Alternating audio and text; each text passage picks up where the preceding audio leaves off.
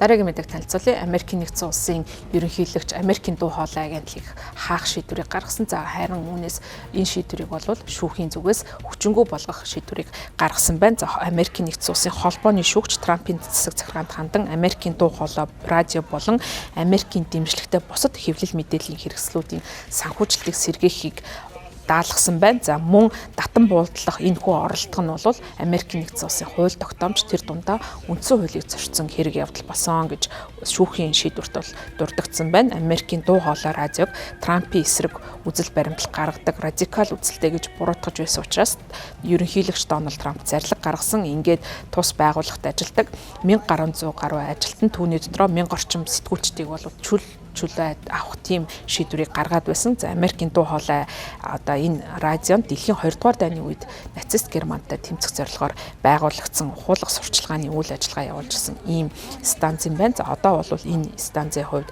дэлхийн томоохон хэвлэл мэдээллийн тоонд нэгэнтээ тооцогдох болсон. За тус шийдвэрийг гаргасан шүүгч Ройс Ламберт Трампын засаг захиргааны үйл ажиллагаанаас болоод Америкийн дуу хоолой 80 жилийн хугацаанд анх удаага мэдээлэлээ мэдээлэхгүй ийм байдал үүссэн. За ийм учраас засаг захиргаанд тушаал гарахаас өмнө ажилчид болон одоо түүнд контрактораар ажилладаг байсан хүмүүсийг ажилд нь эргүүлэн авах шийдвэр гаргасан байна. За мөн чөлөөт Аз, ойрхон дорнодын радио телевизийн бас санхүүжилтийг сэргээх ийм тушаалыг гаргаж байна. За шүүгч Америкийн засаг захиргаа олон улсын өргөн нэвтрүүлгийн тухай хууль болон Конгрессийн зохих санхүүжилт олгох эрхийг зөрчсөн байх магадaltaй гэж үзэж байна. За Трампын хувьд бол сүүлийн одоо олон жилийн хугацаанд бол голлох хэвлэл мэдээллийн хэрэгслүүдийг хит нэг талыг барьсан гэж үзэж байгаа. За өөрийг нь шүүмжилдэг гэж байнга буруутгаж ирсэн. Тийм учраас хэвлэл мэдээллийн эсрэг бол томоохон дайралт явуулж байгаа. За үүнийх нь нэгд нь бол Америкийн дуу хоолой агентлаг өртсөн байна. Өөр нэгэн одоо Нью-Йоркийн шүүгч бол Трампын засаг захиргаанд Конгрессээс санхүүжүүлдэг.